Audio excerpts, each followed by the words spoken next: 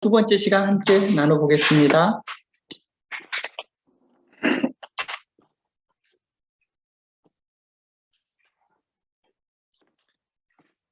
두 번째 시간, 오늘은 계속해서 주기도문이 나오진 배경과 함께 주기도문을 배워야 될 이유들을 좀 더 계속해서 나눠보려고 합니다.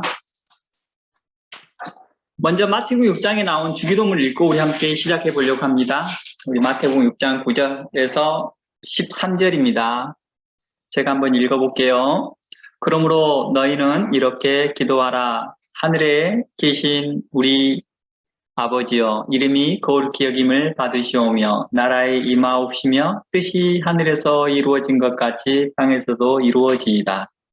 오늘날 우리에게 일용할 양식을 주시옵고 우리가 우리에게 죄 지은 자를 사하여 준 것 같이 우리 죄를 사하여 주시옵고 우리를 시험에 들게 하지 마옵시옵고 다만 악에서 구하옵소서. 나라와 권세와 영광이 아버지께 영원히 싸움나이다. 아멘. 예수님께서 이 기도문을 우리에게 가르쳐 주신 이유가 무엇일까?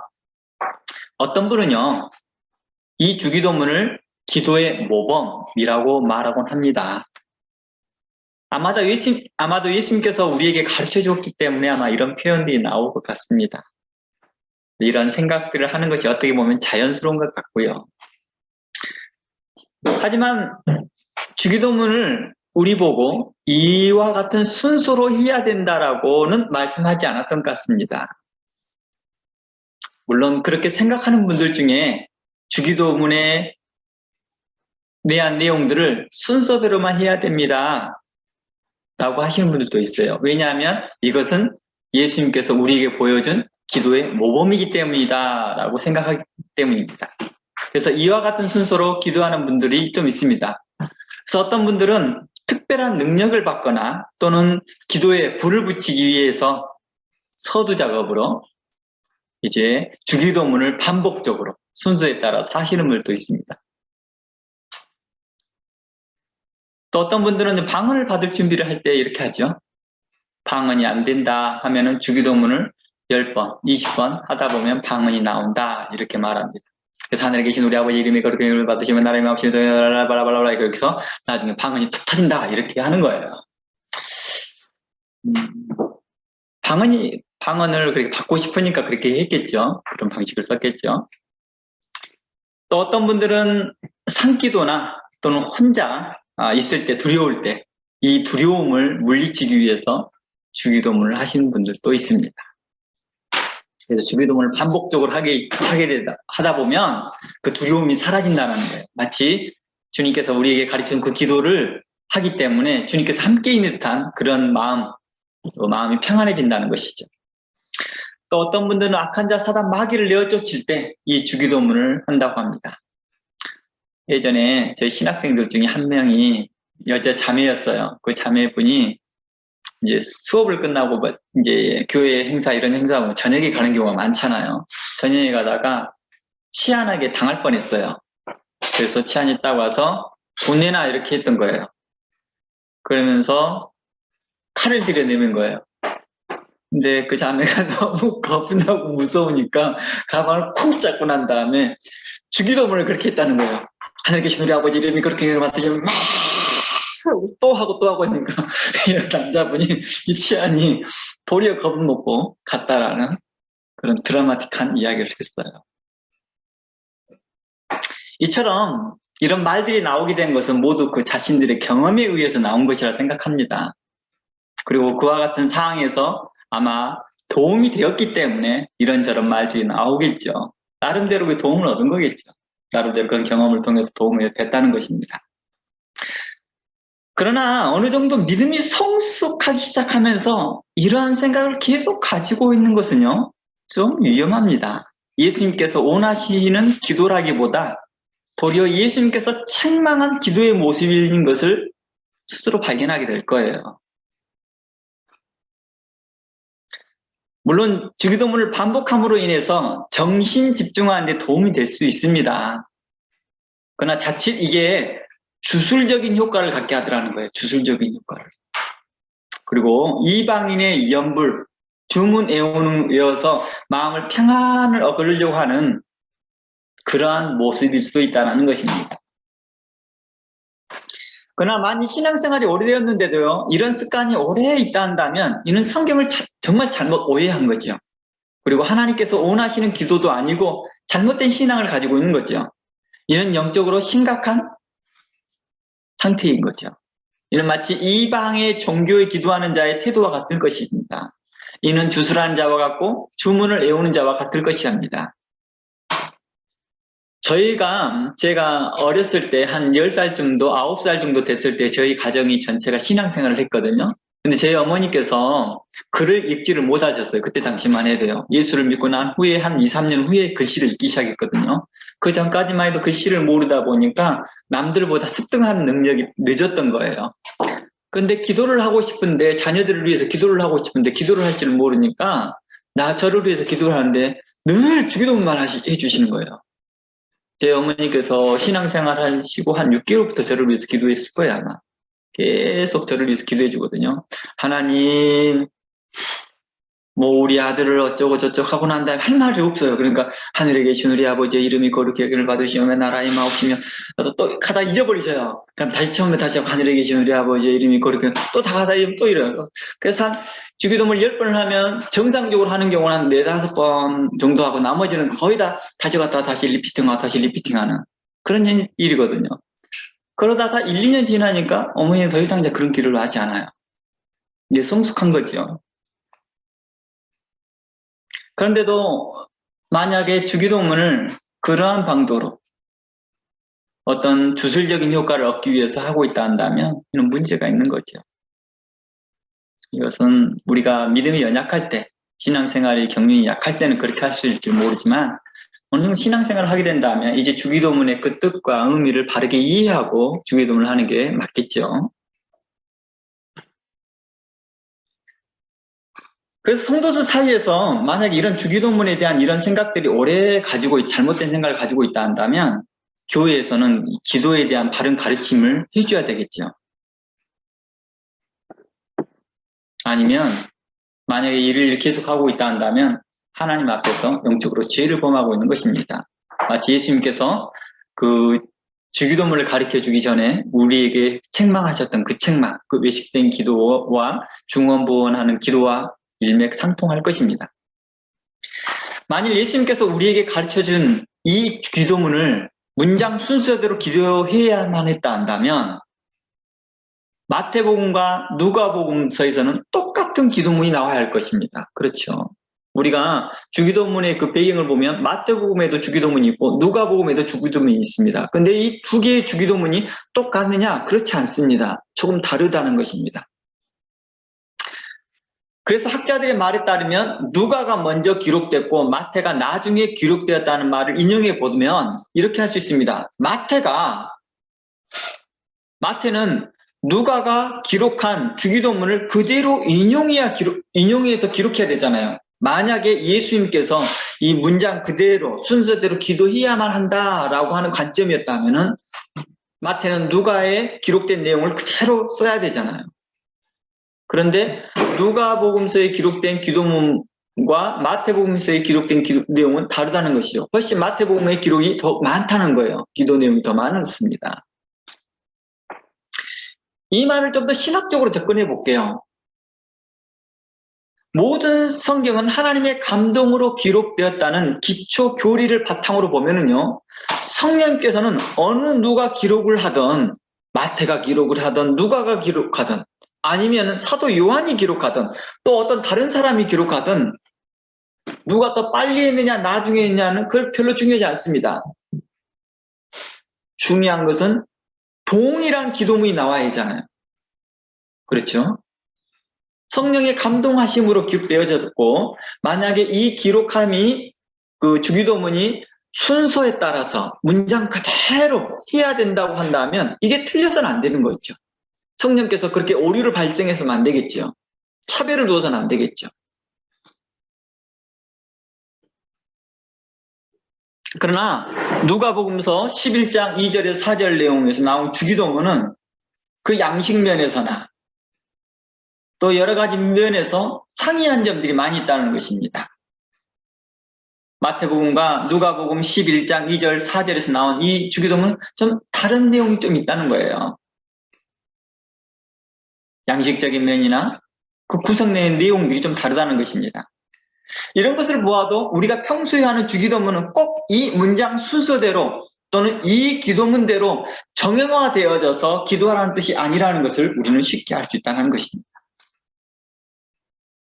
그러니까 우리가 잘못된 컨셉으로 주기도문을 이 순서대로 해야 되고 이 양식대로 해야 된다. 하나님 예수님께서 우리에게 가르쳐준 기도의 모범이다. 이렇게 말을 하면서 그걸 강요하고 있는 것은 기초적인 신학의 지식이 약하다는 거고 즉 기초적인 신학에 대한 이야기를 꺼내기도 전에 기본적으로 마태복음과 누가복음의 그 상이한 점들을 이해를 못하고 있는 거죠.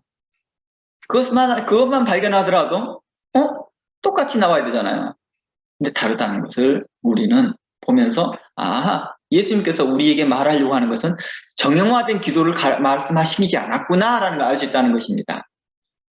특히 마태복음 6장에서 예수님께서 너희는 이와 같이 기도하라 라고 명하셨지 우리에게 너희는 이대로 기도하라 라고 명하지 않았다는 것입니다. 우리 다 함께 우리 교재 한번 다시 한번 볼게요.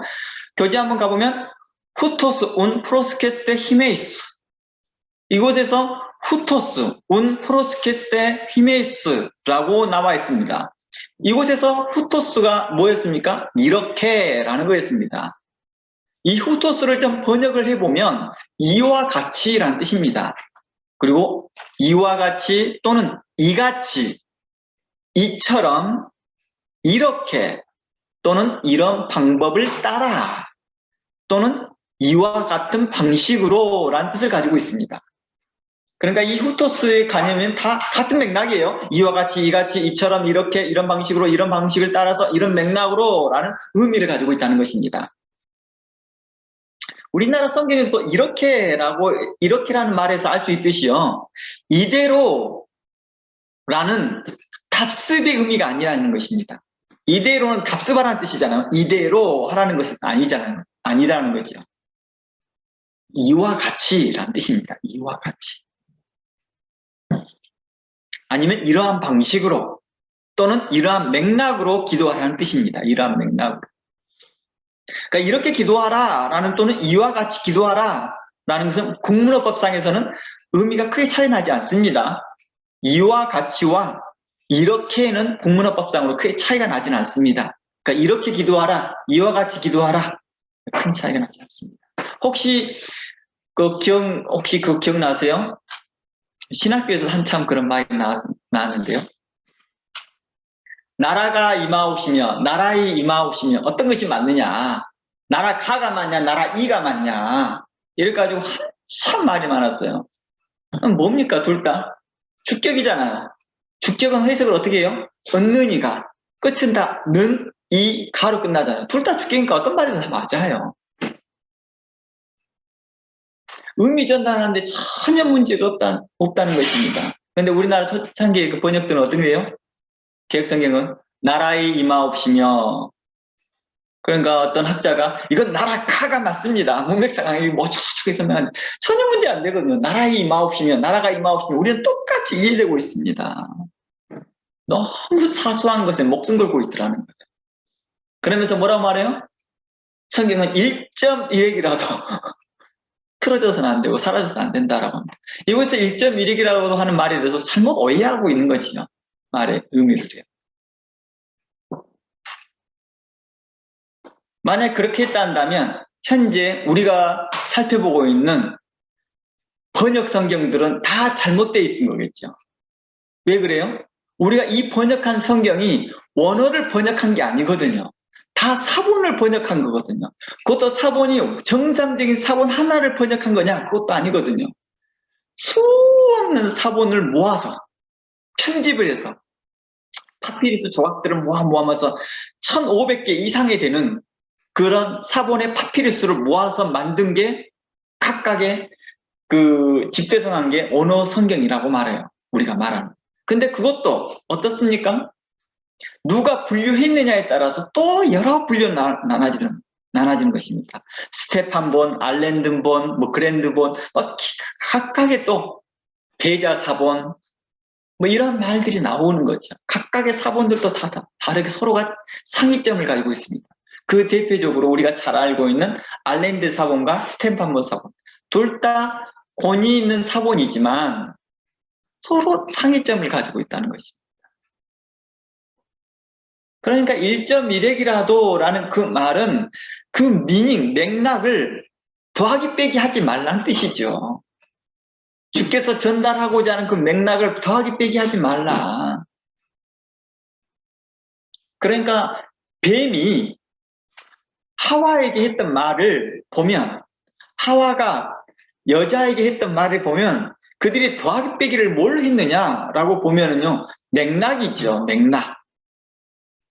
어느 단어가 아니라 없는 단어를 추가했냐 있느냐 그건 뜻이 아니에요. 이건 너무나도 초보적인 내용이죠. 말은 똑같이 했는데 단어는 똑같이 썼는데 맥락을 달리하는 거예요. 맥락을. 그것이 더 위험하지 않습니까? 마치 이리가 양의 탈을 쓰고 있는 것은 어떻습니까? 분명코 표현한 단어는 똑같지만은 그 속에서 탐욕이 있는 것이니까요. 하려고 하는 맥락이 다른 거죠. 하려고 하는 의도가 다른 거죠. 그것을 이야기하고 있는 것입니다. 성경은요.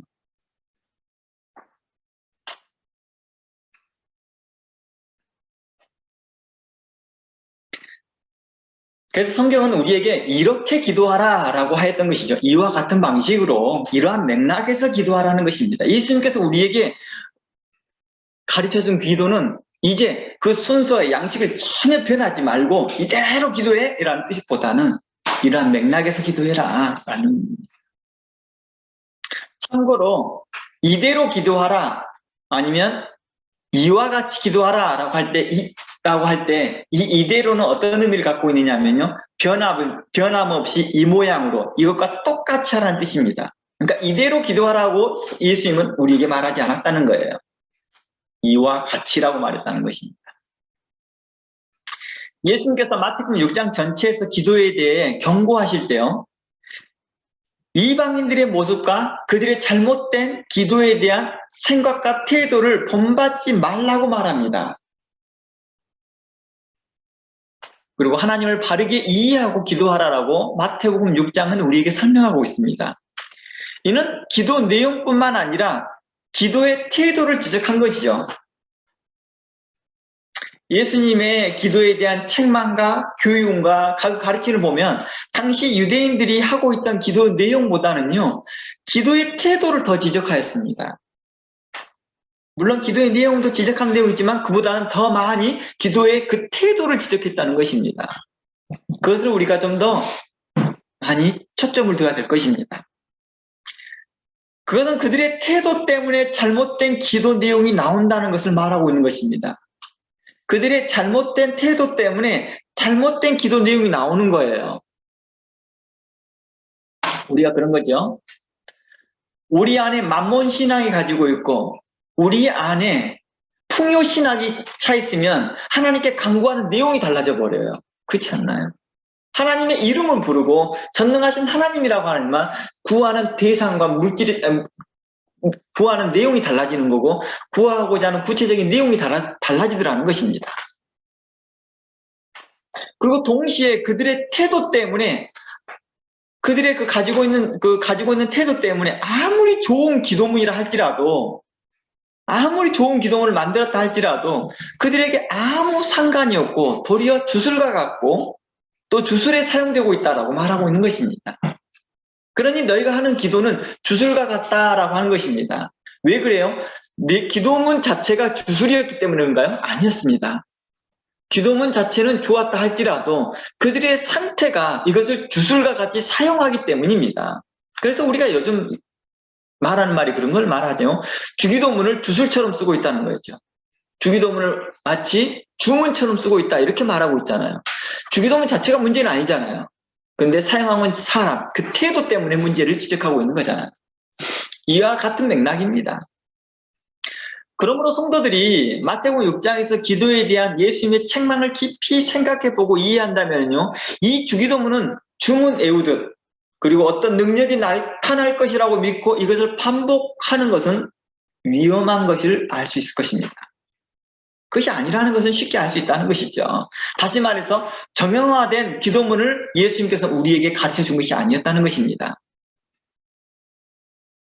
기도할 때 이러한 맥락으로 기도하라는 뜻입니다. 그러므로 예수님께서 이렇게 기도하라는 것은 이러한 맥락으로, 이러한 방식으로 라고 기도해야 한다고 말하는 것입니다. 그래서 후토스, 온 프로스케스테라고 말했습니다. 어떤 분은 굳이 예수님께서 가르쳐준 기도를 이렇게 연구할 필요가 있는가? 라고 반문하신 경우도 있습니다.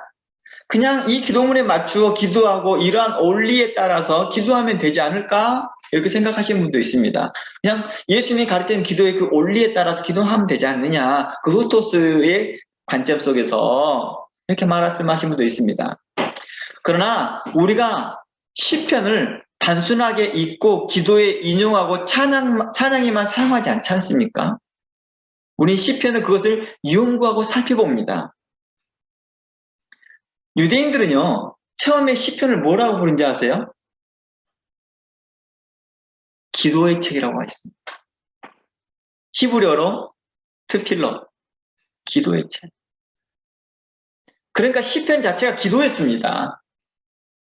그러니까 우리는 시편을 연구할 때 시편도 주석이 있잖아요. 시편을 굳이 왜 할 필요 없잖아요. 그냥 그대로 따라하면 되잖아요. 잘 생각해보면 시편을 연구하듯이 주기도문도 마치 그렇게 기도 연구하는 것입니다. 필요하다는 것입니다. 그리고 후대에 이게 나중에 기도의 책이라고 했다가 나중에는 가서 찬양의 책으로 바뀝니다.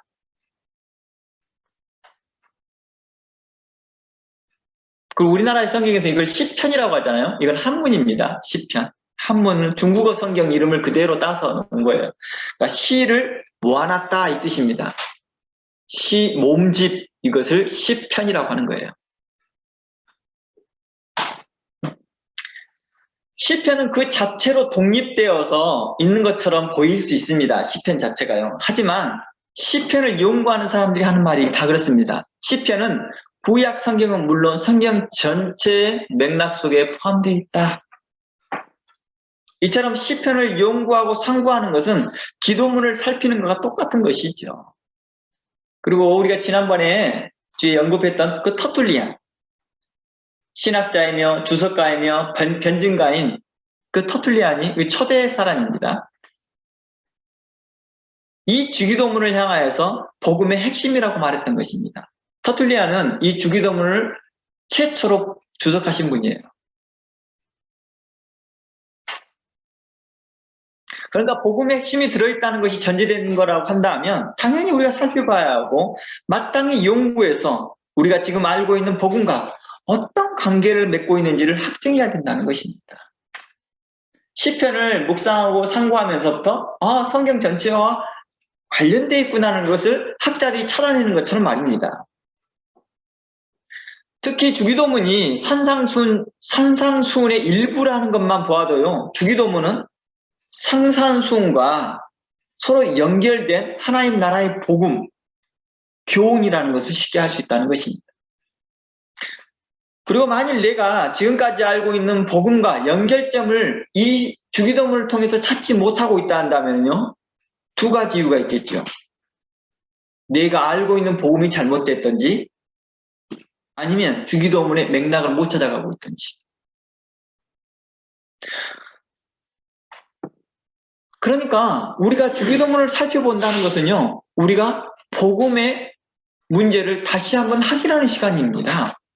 이처럼 주기도문을 연구하고 살피는 것은 지금 내가 알고 있는 복음의 맥락과 일치하고 있는지를 확인하는 작업이죠. 매우 중요한 시간이라 될 것입니다. 이러한 관점만 보아도 산상수훈과 주기도문을 성도가 종종 연구하고 살피는 것은 당연한 일인 것입니다. 산상수훈도 우리가 묵상하듯이 주기도문이 그 산상수훈의 한 일부분이니까요. 연구하는 것입니다. 뿐만 아니라 이렇게 성경을 상고함으로 아는 것과 믿는 것이 더욱 하나가 될 것이겠죠. 그리고 영적으로 성장할 뿐만 아니라 우리의 기도의 모습도 또 우리의 삶도 더욱 성장하고 성숙할 거라고 봅니다. 이제 예수님께서 우리들에게 이 기도문을 가르쳐 주신 이유를 좀 더 자세히 살펴보고자 합니다. 누가복음을 가보면은요, 아까 좀 전에 누가복음 말씀을 찾아가 보면 제자들이 예수님께 기도를 가르쳐 달라고 합니다. 누가복음 11장이었죠. 이렇게 기도를 가르쳐 달라고 한 이유가 무엇이었을까요? 제자들이 예수님께서 이제 홀로 기도하고 오셔요. 그랬더니 제자들이 짜잔 하고 제자 중에 한 명이 나타납니다. 그리고 말합니다. 주님, 우리에게 기도를 가르쳐 주시옵소서라고 합니다. 이렇게 기도를 가르쳐 달라는 이유가 뭐일까요, 그러면? 기도를 평소 못해서 일까요? 아니면 평소를 기도를 안 했던 사람들이 예수님께서 기도하는 모습을 보고 아, 우리도 기도를 해야 되나 보다라고 생각하고 예수님께 기도 좀 부탁합니다 라고 했을까요? 그들은 예수님을 따라다니면서 기도하는 법을 잘 모르는 상태에서 살다가 아, 기도를 해야 되는가 보다라고 나중에 느껴서 그렇게 기도를 가르쳐 달라고 했을까요? 여하튼 제가 위에서 설명한 그 이유들은 아닐 겁니다. 제자들이 기도를 안 해서, 기도를 몰라서, 또 예수님께서 기도하는 모습을 보고 자신도 해야겠다고 생각해서 기도를 가르쳐 달라고 한 것은 아니라는 것입니다. 물론 예수님께서 기도하고 나시니까 자신도 예수님께서 무슨 기도를 하셨나 자신도 알고 싶어서 기도를 가르쳐 달라고 할 수는 있겠죠. 근데 그걸 제외하고서는 다른 제자들이 기도하지 않았던 사람이거나 기도를 몰랐던 사람은 아니라는 것입니다. 일반적으로요, 유대인들은 어렸을 때부터 하루에 3번 기도를 합니다. 그 테필라라는 기도문이 있어요. 테필라라는 그 기도문을 계속 합니다. 그것을 하루에 3번 하는 그 테필라를 18 축복의 기도문이라고 말을 하죠. 18가지 문장으로 되어져 있는 그것을 매일 3번 합니다. 아침, 점심, 저녁.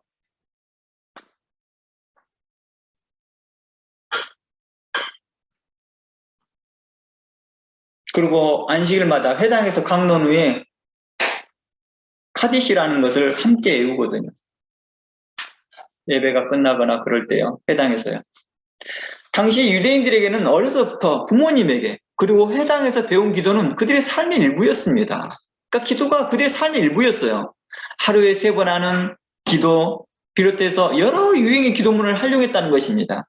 예를 들어서 신명기 6장 4절에서 9절을 인용한 쉐마라는 기도입니다. 쉐마. 그리고 해당에서 설교가 끝나면 참석자들이 암송하는 짤막한 카디시, 그리고 시편에 그 시편이 총 150편으로 되어 있잖아요.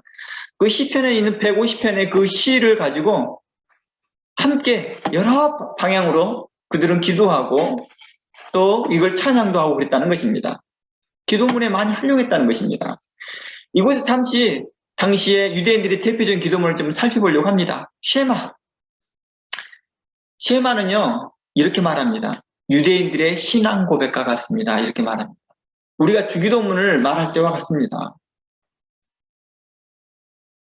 쉐마가 어떻게 되어지냐고요?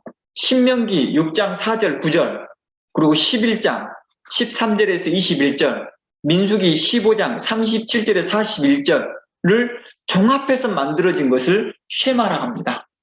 그러니까 이 쉐마는 다 뭘로 만들었어요? 성경을 구성을 해서 성경을 이렇게 조합해서 만들어 놓은 거예요. 그 중에서 신명기 6장 4절에서 9절입니다. 한번 들어가 볼까요? 신명기 4장, 6장 4절에서 9절인데 이것은 쉐마의 전체 기도문의 주류를 이루고 있습니다. 이 본문이 말해주고 있는 건 뭡니까? 이 쉐마가 말해주고 있는 건 뭐냐? 여호와 우리 하나님만이 이스라엘의 참된 하나님이다 라는 걸 말해주고 있는 것입니다. 그걸 고백하는 시간이에요. 그리고 그러므로 너희들은, 우리 성도들은 그 하나님을 마음을 다하고 성품을 다하고 뜻을 다하여 섬기고 사랑하라 라는 그 선언입니다. 그렇게 살겠습니다. 그렇게 사랑하겠습니다. 라는 그런 신앙 고백이라는 것입니다. 제가 한번 읽어볼게요. 신명기 6장 4절부터 읽어보면, 이스라엘아 들으라, 우리 하나님 여호와는 오직 유일한 여호와시니, 이게 신앙 고백입니다. 너는 마음을 다하고 뜻을 다하여 힘을 다하여 내 하나님 여호와를 사랑하라. 오늘 내가 내게 명하는 이 말씀을 너는 마음에 새기고 내 자녀들에게 부지런히 가르치며, 그러니까 자녀들에게 부지런히 가르쳐야 할 생각들을 늘 갖는 거예요. 이 기도문을 할 때마다 내가 내 자녀들을 가르쳤나? 다시 한번 생각해 보게 하는 거죠. 그러니까 기도문이 굉장히 중요하죠. 우리로 다시 한번 우리의 영적 생활을 점검하게 하니까요. 그리고 우리의 신앙 고백을 다시 한번 확증하는 시간, 그런 시간을 갖기 때문에 이런 기도문을 만들어놨던 거죠. 그러면서 집에 앉아있을 때든 길에 누워있을 때든지 일어날 때든지 이 말씀을 강론할 것이며, 강론이라는 말이 무슨 뜻이에요? 강자, 풀강자, 논, 설명해라. 풀어서 설명해라. 그래서 강도사라고 말하지요. 목사 되기 전에 강도사라고 합니다. 그것은 곧 말씀을 풀 자격을 갖게 되었다라는 뜻이죠.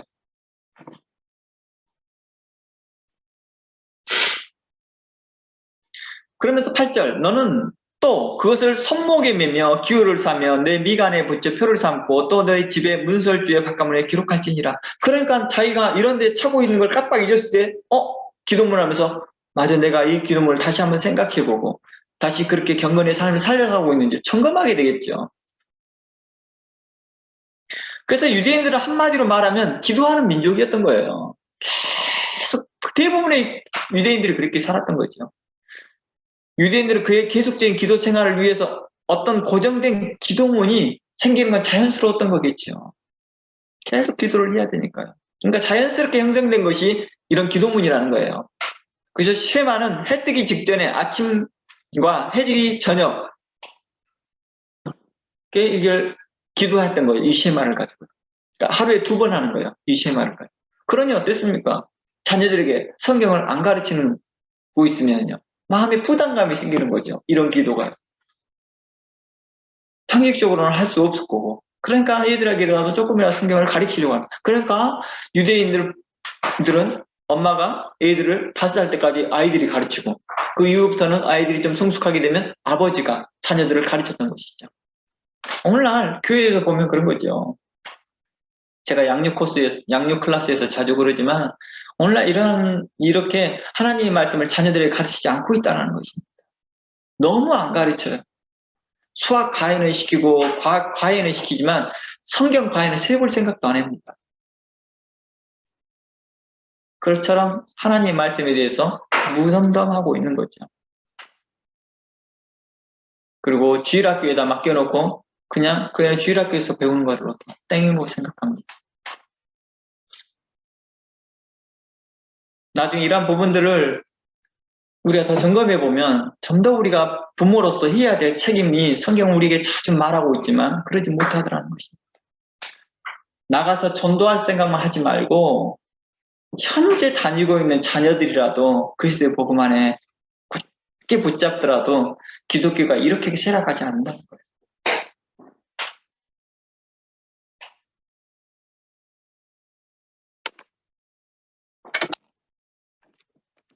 소 잃고 외양간 고친다는 말이 있고 그렇습니다.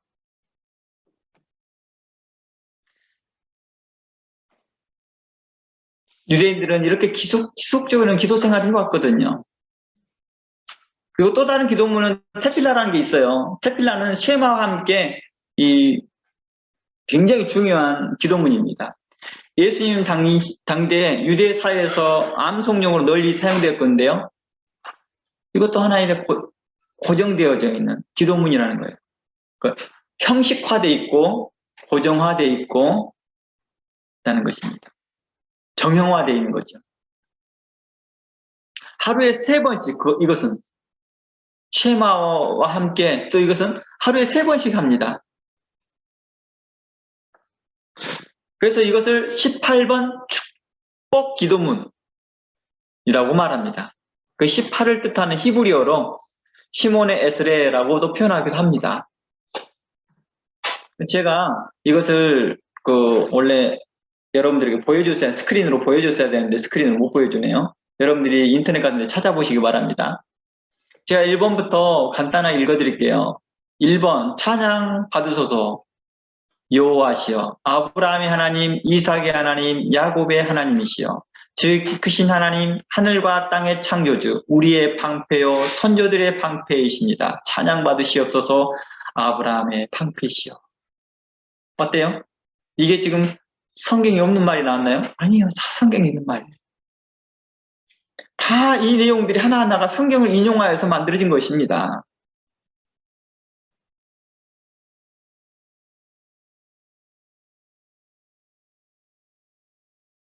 그리고 제가 12번, 13번 읽어볼게요.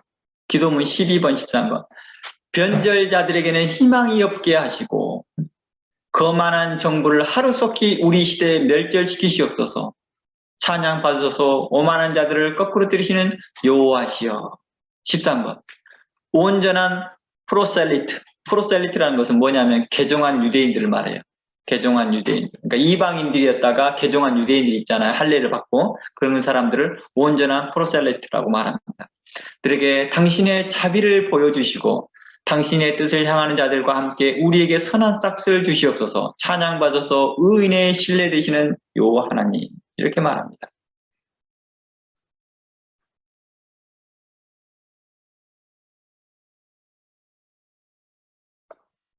이렇게 해서 18가지가 나와요. 나중에 여러분들이 인터넷 가서 한번 보셔도 되고요. 제가 카톡으로 여러분들에게 전달해 드릴 수 있습니다.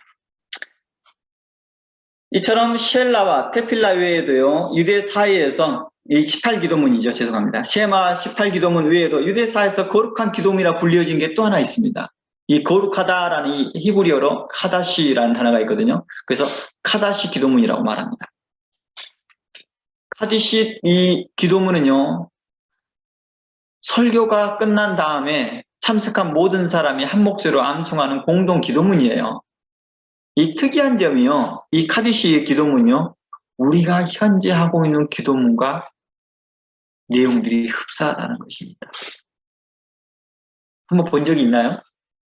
자, 이 내용을 제가 바로 카톡에 띄워줄 테니까 여러분들이 카톡에서 여기로 바로 연결해서 보여주시기 바랍니다. 스크린으로 한번 보여주시기 바랍니다.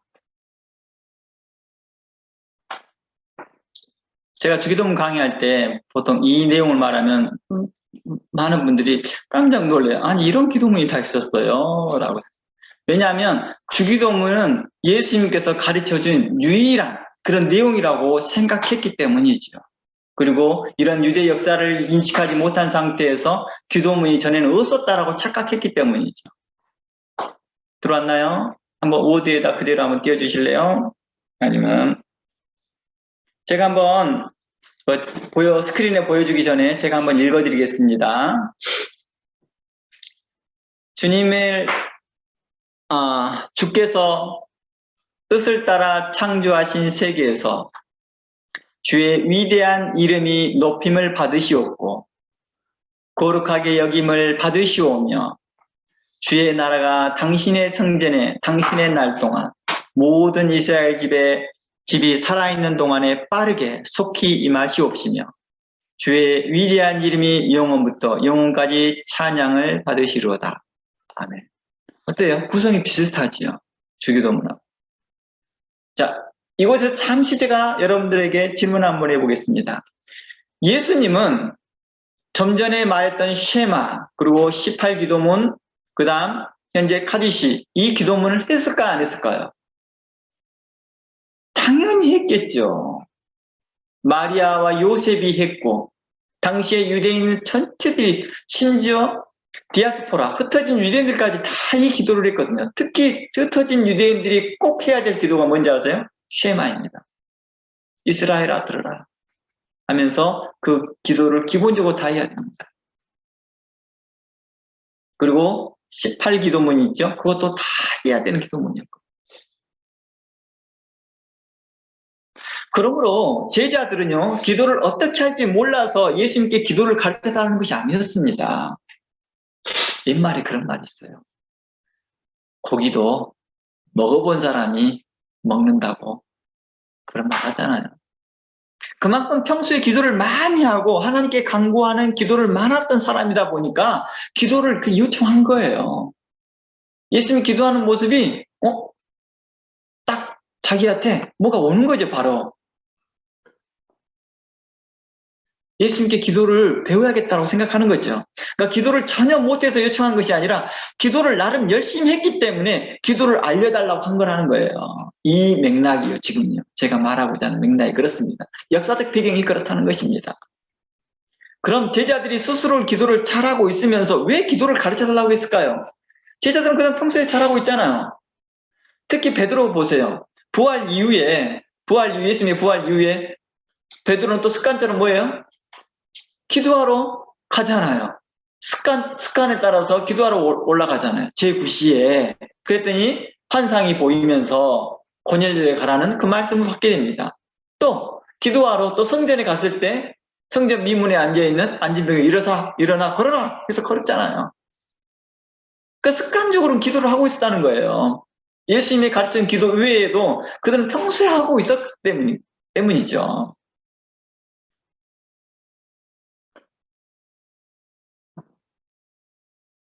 그러면 왜 제자들은 예수님께 기도를 가르쳐달라고 했을까요? 당시 시대적 상황을 이해하면 그들이 기도를 가르쳐달라고 요구한 이유들을 알게 됩니다. 그 의미가 무엇인지요.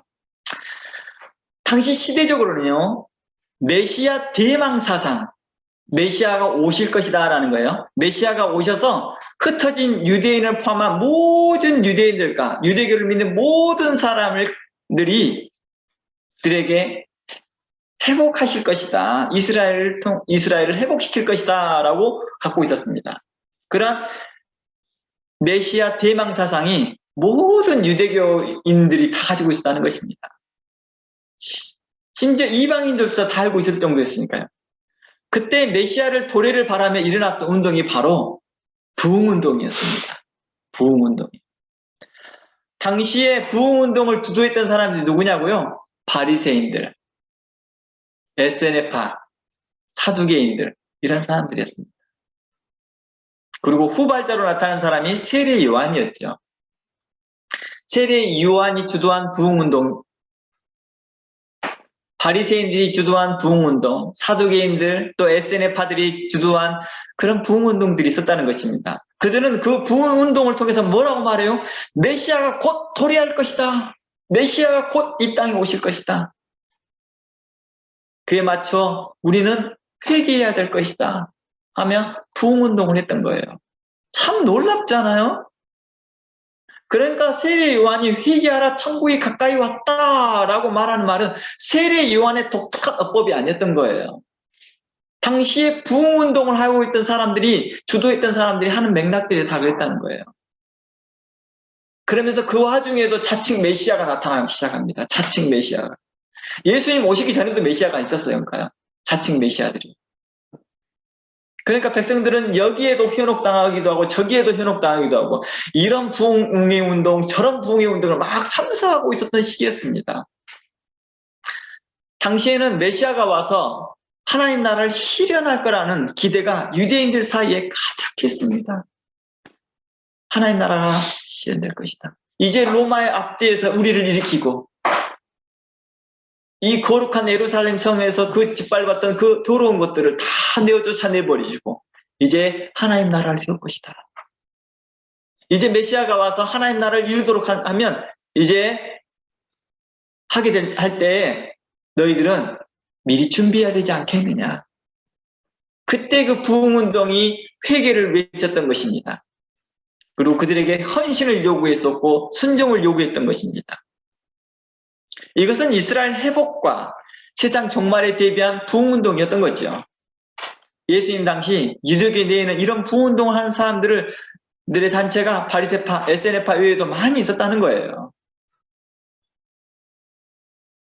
당시에는 유대 절기가 되면요, 다른 때와 달리 수많은 흩어진 그 디아스포라, 유대인들이 또 모이게 됐죠. 예루살렘 쪽으로요.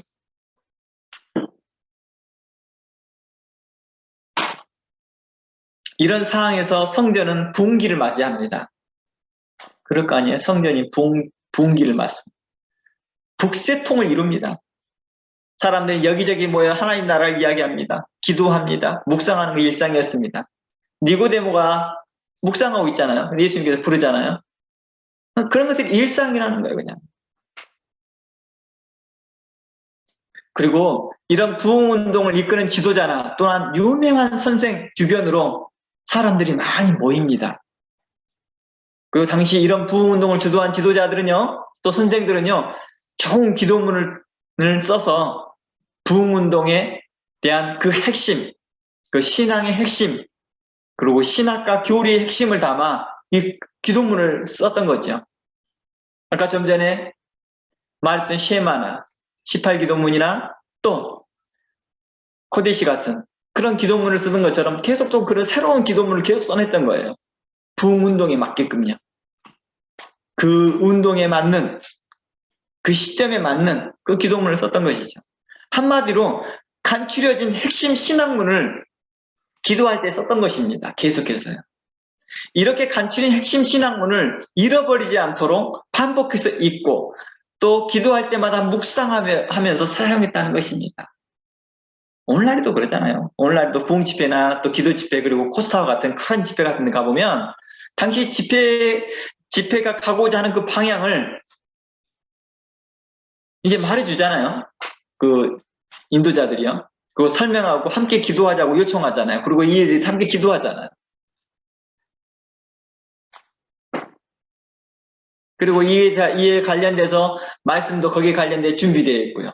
그래서 이렇게 말씀이 선포되고 그 말씀이 선포된 말씀을 묵상하고 성경을 공부하고 그러면서 그들을 중심으로 또 기도 모임이 일어나기 시작하고 그리고 이렇게 기도하자 저렇게 기도하자라고 기도가 선언되기도 하지 않습니까? 물론 지금도 그렇지만은요. 당시에는 이 기도문이 믿음의 척도였습니다. 자신이 믿는 신앙의 핵심을 바르게 알고 믿는 행위라고 할 수 있는 것이죠. 내가 정말 진정한 믿음을 가지고 있는 사람입니다 라는 것을 말해주기 위해서 쉐마를 꼭 해야 됐었고 내가 하나님의 경건한 사람이고 하나님의 간구하는 18기도문을 했어야 되고 그리고 하나님께 하나님의 이름을 높이며 하나님의 이름이 거룩히 여김을 받기를 바라시는 그 기도문을 그 모든 예배 가운데 회당 예배 끝나고 나면 함께 있었던 것입니다. 이와 더불어 많은 또 수많은 기도문이 있었다는 것입니다. 이러한 관점에서 보면 예수님의 제자들이 예수님께 기도를 가르쳐달라고 요청한 것은 어쩌면 당연할 수도 있습니다. 어쩌면 당연한 거예요. 왜 그럴까요? 예수님께서 말씀하시고 가르치고 선포하는 하나님 나라 복음의 핵심을 기도문처럼 간추려서 자신들에게 말해주기를 바랬던 것이니까요. 이들은 대부분 여러 부흥운동에 참여했던 자들이죠. 그중 후발주자인 세례 요한의 부흥운동에 참여했던 자들이 많이 있었습니다. 그리고 세례 요한이 예수님께서 성경에 예언된 메시아이다. 하나님께서 보내신 메시아임을 백성들 앞에 선포함에 따라서 세례 요한을 따랐던 많은 백성들이 누구를 따라다녀요? 예수님을 따르게 됩니다. 그러다 보니까 세례 요한도 그들에게 자신의 기도를 가르쳤던 것들이 있었는데 이제 예수님께 그걸 요구하는 것이죠. 처음 제자들도 예수님께 와서 처음부터 이런 기도문을 요구하진 않았겠죠. 그러나 예수님의 말씀을 들어보고 세례 요한이 말한 말에 대한 확증을 얻는 거죠. 정말 메시아구나. 기적과 표적과 말씀을 들어보면서 정말 저분이 진짜 하나님께 보내신 메시아였구나.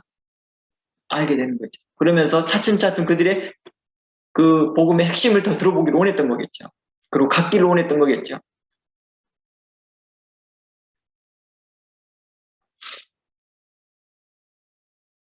당시에 기도문이 굉장히 많았어요. 열심당원도 있었죠.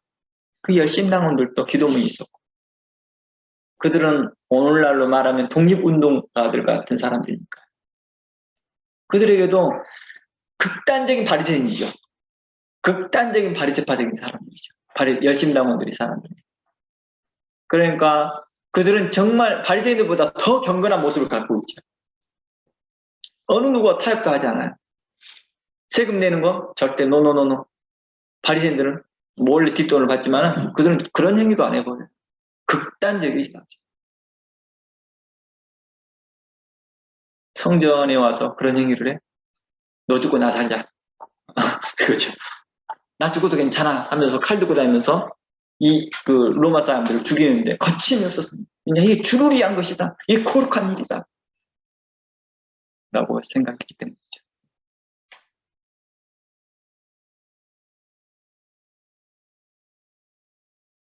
바로 이러한 여러 기도문, 크고 작은 그룹들의 기도를 했던 많은 기도문들이 있었다는 것입니다.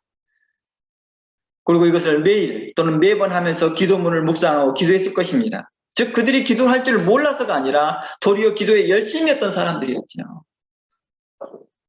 그들은 유대 전통의 기도뿐만 아니라 자신들의 출신 배경에 따라 각자 배운 기도를 열심히 하며 살았던 사람들이죠. 그 예수님을 따르는 제자들 중에서 열심당원도 있었잖아요. 그들도 자신들의 그 기도문을 가지고 있었을 거 아니에요.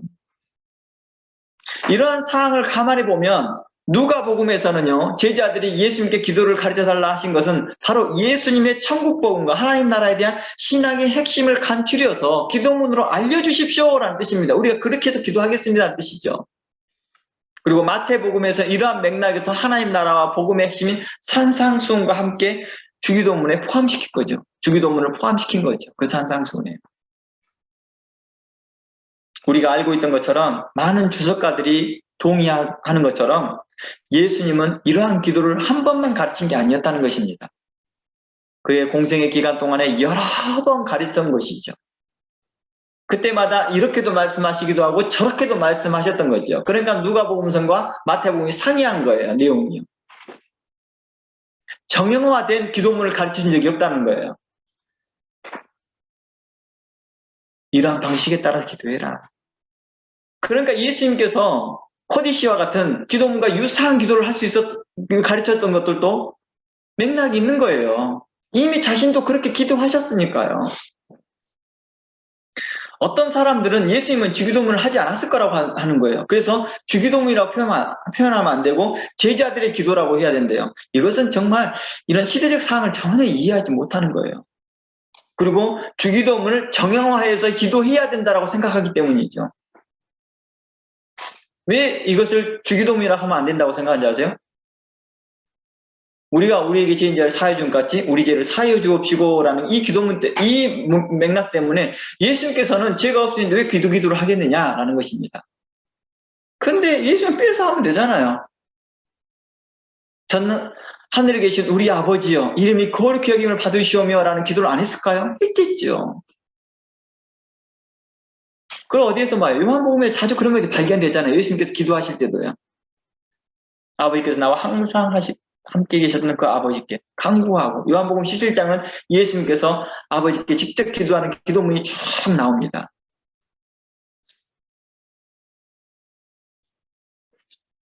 그래서 꼭 제자들이 원해서가 아니라 예수님은 하나님 나라의 복음을 증거하면서 자연스럽게 가르쳤던 거예요. 제자들이 가르쳐 주십시오 해서 가르쳤던 게 아니라 산상수훈을 통해서 가르치면서 그냥 그 복음의 핵심을 이야기하는 것이 산상수훈이잖아요. 그 산상수훈 가운데 자연스럽게 기도문을 가르친 거겠죠. 마치 산상수훈을 자연스럽게 가르치듯이 그 안에 기도문을 자연스럽게 말씀해 주신 거라는 것입니다. 그리고 우리는 이 기도문을 매번 묵상하며 살펴봐야 하는 것입니다. 마치 이제 산상수훈을 우리가 묵상하고 살펴보듯이 말입니다. 그러므로 이 주기도문은 단순히 따라하고 이와 비슷하게 기도문을 문장을 만들어 기도하는데 의의가 있지 않다는 것입니다. 이와 같이 했으니까 이와 비슷한 문장으로 하면 되겠다라고 생각하는데 그런데 의의가 있는 게 아니라는 것입니다. 그보다 더 이 기도문을 더 관찰하고 깊이 상고해야 될 거라는 것입니다. 예수님은요, 마태복음 6장을 통해서 기도가 무엇이며 성도로서 하나님의 말씀에 합당한 신앙의 태도 그리고 올바른 기도의 태도가 무엇인지를 배우기를 원하셨기 때문에 마태복음에서 산상수훈에서 기도는 이렇게 하라라고 말했다는 것입니다.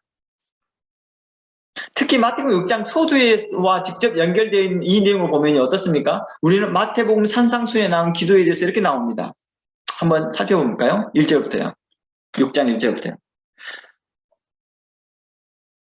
사람에게 보이려고 그들 앞에서 너희 의를 행치 않도록 주의해라. 그렇지 아니하면 하나님 하늘에 계신 너희 아버지께서 상을 얻지 못하니라.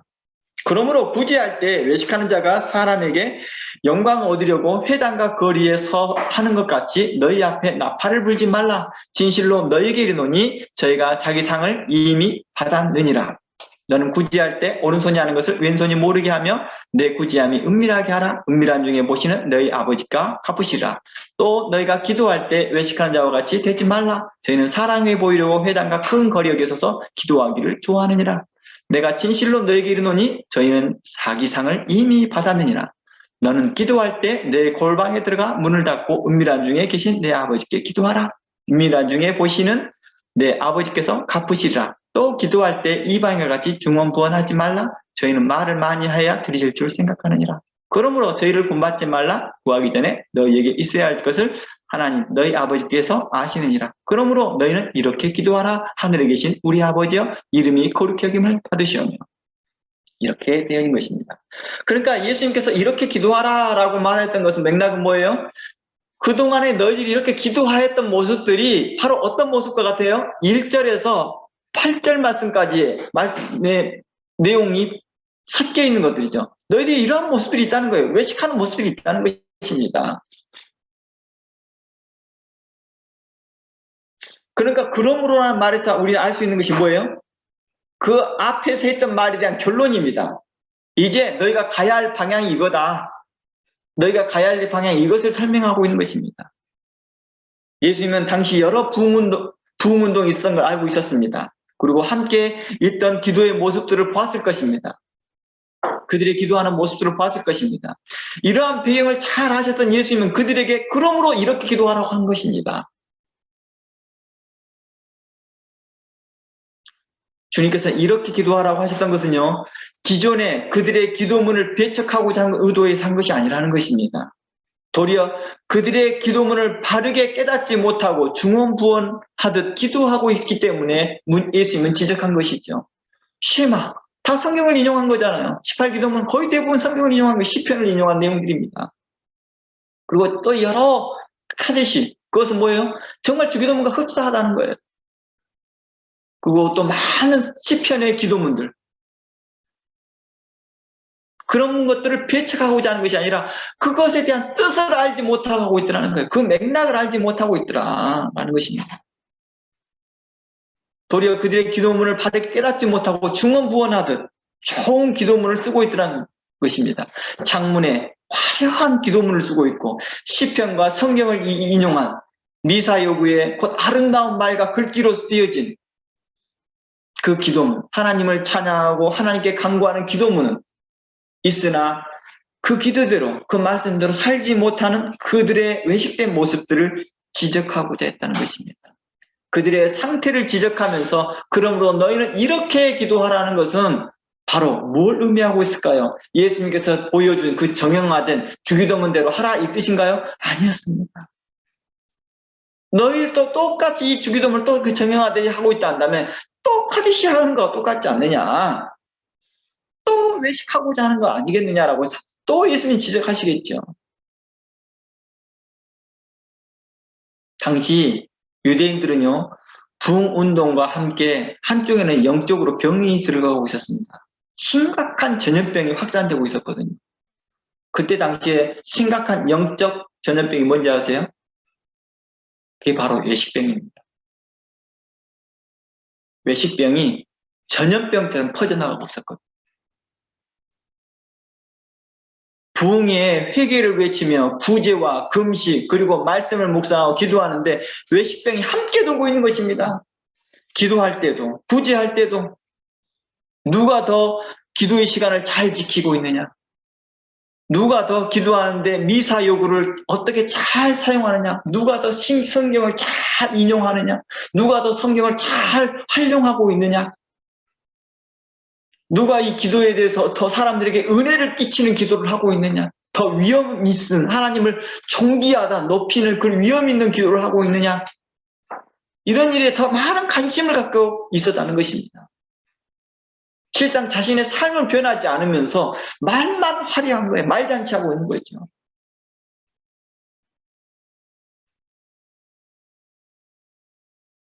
그 기도문이 자신들의 믿음의 척도가 되었던 것이죠. 자신들의 기도하는 그 모습이 경건의 척도가 되어버린 것이죠. 이처럼 모든 척도가 겉모습은 하나님을 향한 듯하나 실은 그 속은 뭐하고 있어요? 사람들을 향하고 있더라는 거예요. 사람들에게 보이려고 하더라는 것입니다.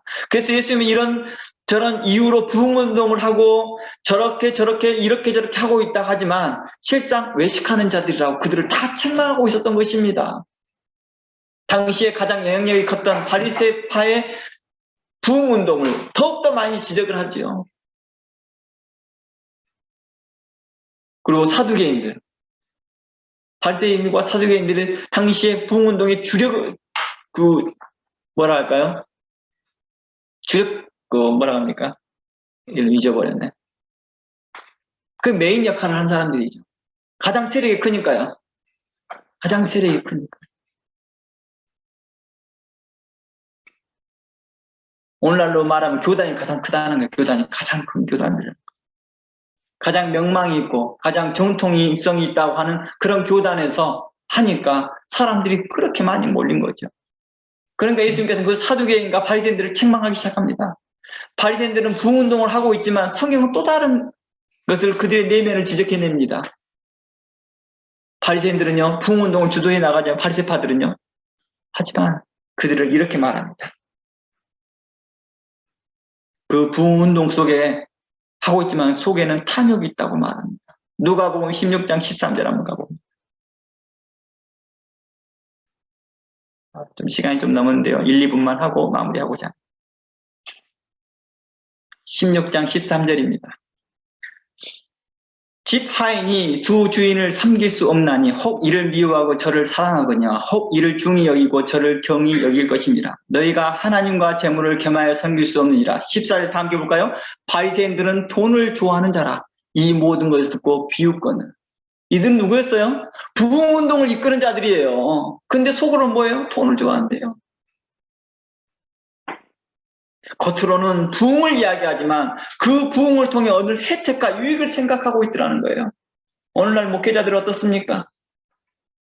교회의 부흥, 교회의 성장을 이야기하지만 속으로는 자신의 편함을 생각하더라고요. 거기에 받는 그 사례금으로 편하게 살 것 같다.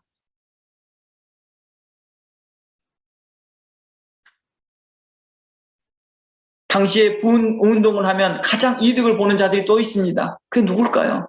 바로 사두개인들입니다. 좀 전에 말했듯이요. 이런 부흥운동을 하게 되면 예루살렘들의 사람들이 집중한다는 겁니다. 집중한다는 것입니다. 북새통을 이루죠, 막. 이 부흥운동이 사람들로 예루살렘에 집결하게 하는 원동력을 갖게 합니다. 메시아의 대망 사상을 갖게 하고 회개를 외치고. 그러니까 어때요? 사람들이 헌금하고 11조하고 하나님 앞에 드려지는 것들이 있습니다. 그러니까 예수님께서 뭐라고 그래요? 이렇게 난리치고 있을 요한복음 2장을 가보면 너희들이 하나님의 성전을 강도의 구렬로 만들었다라고 책망합니다. 누구에게요? 사두개인들에게요. 바리새인들에게요. 그들이 부흥운동을 빌미로 온갖 헌금을 요구하면서 자신들의 배를 채우고 있더라는 거예요. 이게 어느 때만 그랬어요? 어느 때도 그랬어요? 구약 시대에도 그러더라는 거예요. 에레미야 시대 때도 그랬고 이사야 시대 때도 그러고 이걸 계속해서 하나님을 책망하고 또 말씀하시더라고. 에스겔 시대 때도 그러고. 그러면 에스겔서에서는 이 몰각한 목자들아 라고 책망하기 시작하고 말라기서에서는 내 이름을 멸시하는 제사장들이라 라고 책망하였던 것입니다. 그들이 강도의 구렬로 만들었다고 말합니다. 부흥운동을 빌미로 온갖 헌금을 요구하지만 그 속에는 뭐하고 있어요? 다른 걸 요구하고 있는 거죠. 그래서 마태복음 23장 23절 읽고 마무리하고자 합니다.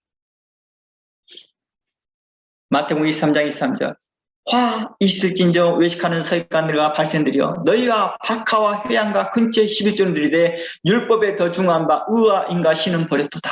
이게 뭘 말을 해요? 이제 이 사람들이 서기관과 바리새인들이 박하와 회양과 근처의 11조를 다 드리라고 말합니다. 예전에는 이것을 한참 풍요할 때는 이걸 내지도 말라겠어요. 너무 많으니까. 근데 이제는 막 탈탈 터는 거예요, 그냥. 돈 맛을 봐버린 거죠.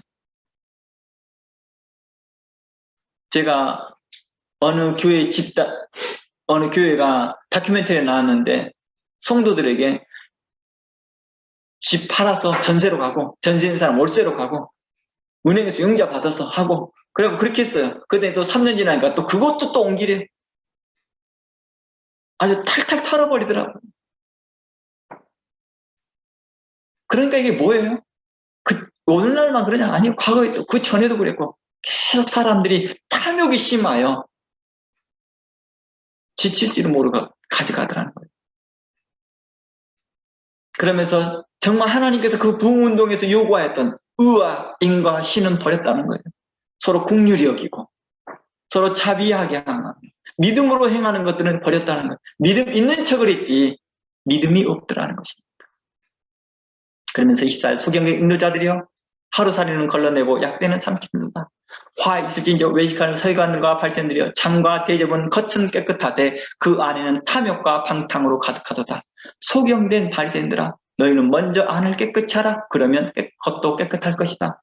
화 있을진저 외식하는 서기관과 발생들이여, 회칠한 무덤 같으니 겉으로는 아름답게 보이나 그 안에는 죽은 사람의 뼈와 모든 더러운 것이 가득하도다. 이와 같이 너희도 겉은 사람에게 옳게 보이되 안으로는 외식과 불법이 가득하도다 라고 했던 것입니다.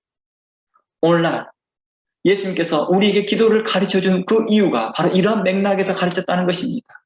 그러므로 너희는 이렇게 기도하라라고 하는 것은 너에게 기도에 합당한 삶을 살라라고 요청했던 것입니다.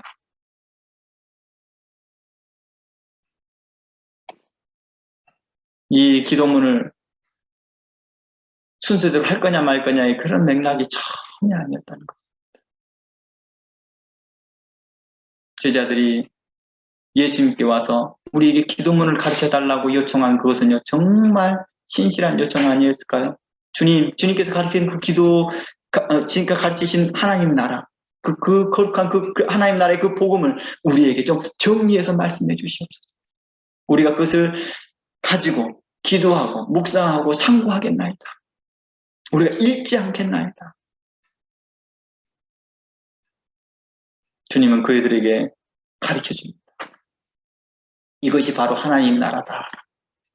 그러니 너희는 이렇게 기도하지 말라. 이러한 기도의 삶을 살지 말라. 이런 식으로 기도 신앙생활 하지 말라. 라고 말씀해 주었습니다. 너희들이 그러한 사람들을 통해 본받고 그러한 생활 사람들을 따라다녔으나 이젠 그러하지 말라. 라고 하였던 것입니다. 오늘날 우리가 주기도문을 통하여서 우리가 기도에 합당한 태도를 배울 것이며 성도로서 합당한 삶이 무엇인지를 우리가 배워나갈 것입니다. 지난 시간과 이 시간을 통하여서 우리가 왜 주기도문을 배워야 할지를 우리가 계속 나누고 있습니다.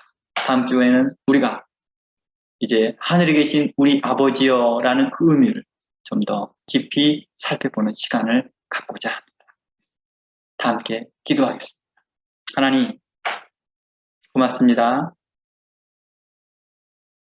이 시간 동안 우리를 붙들어 주시옵시고 성령으로 감동케 하사 말씀을 듣게 하심을 감사합니다. 오늘도 우리에게 적은 무리가 모였지만 성령께서 함께하여 주셨고 또 성령으로 우리 마음을 각 사람을 감동케 하사 우리로 하나님 말씀이 들어지게 하시고 깨달아지게 하심을 감사합니다. 또 하나님 말씀이 선포될 때 우리 마음이 기쁘게 하시고 우리 마음에 회개가 일어나게 하시고 우리 마음에 하나님을 향하여 더 간절한 마음을 갖게 하심을 감사드립니다. 앞으로도 우리가 하나님의 말씀을 인하여서 기뻐하는 하나님 앞에 신실한 종으로서 신실한 사람, 성도로서 살아갈 수 있도록 늘 성령으로 함께하여 주시옵소서. 오늘 또 이 시간을 통하여서 하나님께 감사하며 돌아가는 발걸음에도 하나님께서 복 주시옵시고 그 과정에 하나님께서 은혜를 내리사 하나님의 거룩함과 하나님의 인자하심으로 채워 주시옵소서. 오늘 또 우리와 함께 하시며 우리를 돌보신 하나님께 감사드리며 예수 그리스도의 이름으로 기도합니다. 아멘. 네, 마쳤습니다. 수고하셨습니다. 좀 많이 늦었습니다.